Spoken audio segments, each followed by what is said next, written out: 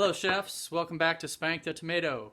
Today we're going to do pot roast 101. So stick with me and I'll show you how to prep a roast for a real tasty dinner. We're going to start with onion.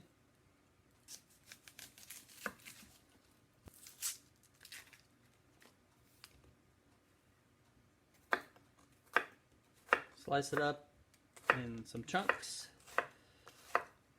keeping the fingers curled, so if I chop anything I'll just slice my knuckles a little bit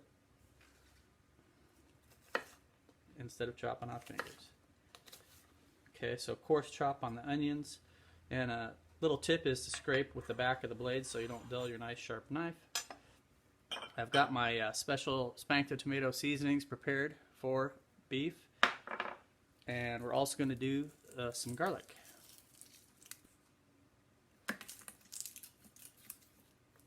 Tell them a little bit about the garlic.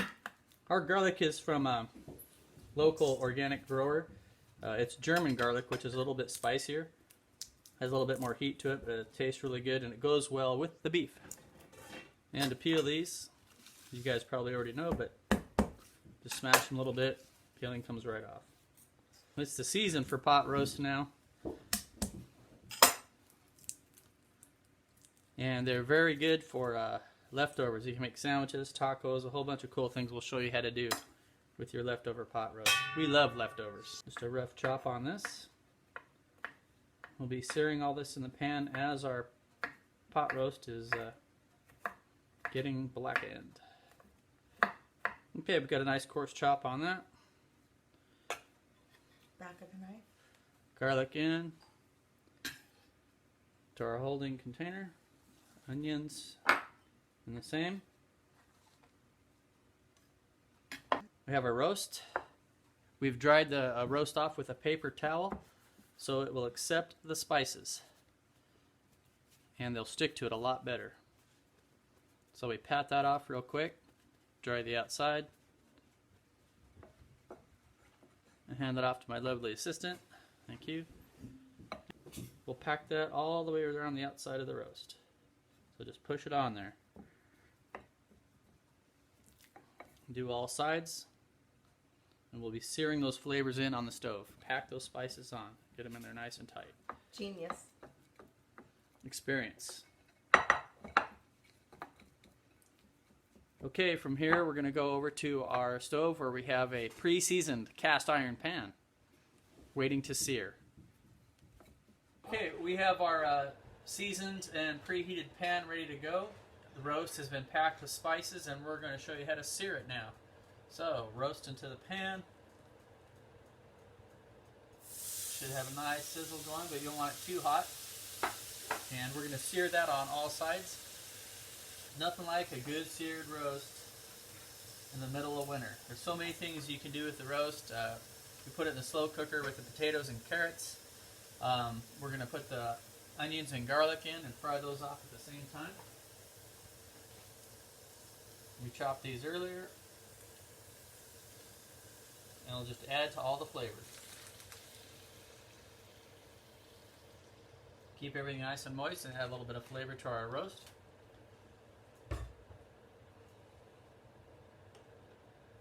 Increase the heat a little bit, and away we go. Put the lid on. Keep the spattering down for easier cleanup.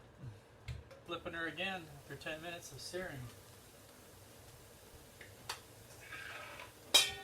You want your bad boy seared on all sides. Nice dark flavors. We got medium to medium high heat, and we've got some good color showing. So we know we're doing it right. Onions and the garlic look great in the pan, and they taste awesome after you cook them in that soy sauce. Okay, we finished searing the roast, and we're going to take it out of the pan and put it in the slow cooker on high for about 3 hours. And a couple of pro tips. One, never stab the roast with the fork, the meat fork, until you're ready to start slicing it when you're all done. And two, we're going to deglaze our pan by putting some chicken broth, which we happen to have in the pan.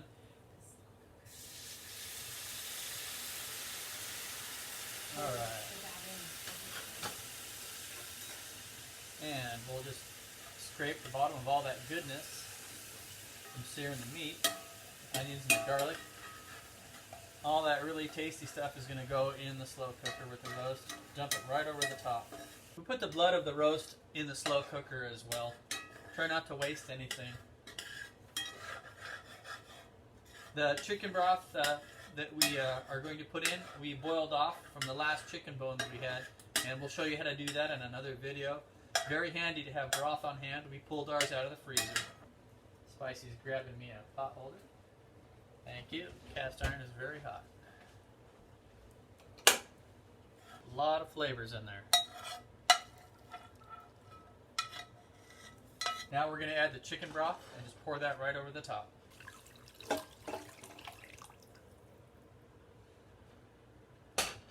And lid on.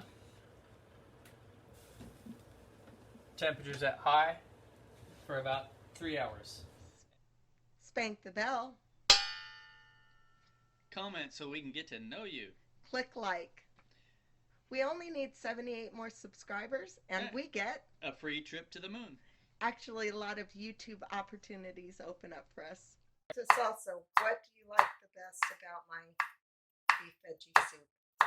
I like in the wintertime when it's cold and you're looking for something to warm you up, and the combinations of all the flavors, the beef and the veggies and the barley go together really well. If you've never had it before, it's a treat. Oops. Carrot's trying to get away.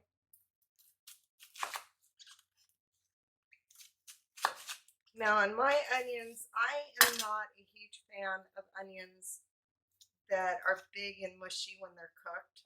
And I am. He is. So I like the flavor of the onions, but I just don't like it when you get a big slimy mushy thing to chew. So I dice mine super fine. Still get the onion flavor without the mush. You just slice down into the onion just a little bit. One way. And turn it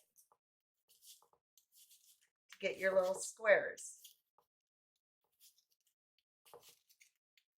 Is that a pro tip, Chef? It is a pro tip. But look at that, isn't that beautiful? So you still get your onions without the mush. It's about 5 ounces of beef here. You just want to chop it into small slices. Are you leaving the fat on that, Spicy? Salsa, we are leaving some of the fat on. Why are you leaving the fat on it? Because it's got juicy, awesome flavors in it. There you go. And all that seasoning he did when he made this is going to just enhance the flavors of our finished soup. Garlic and onion. Yeah. Each component has a different cooking time. We add the barley first for 5 minutes on a good simmer. Then you're going to add the carrots for another 5 minutes. Get it back up to simmering. Then we're going to add the celery and onions. Again, 5 minutes.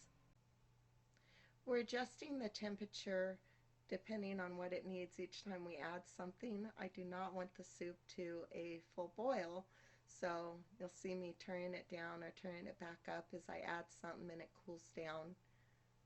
Then we're going to add the beef for 5 minutes. And then finally you're going to add the sauceum just to warm it up, probably about 2 minutes, and your soup is ready.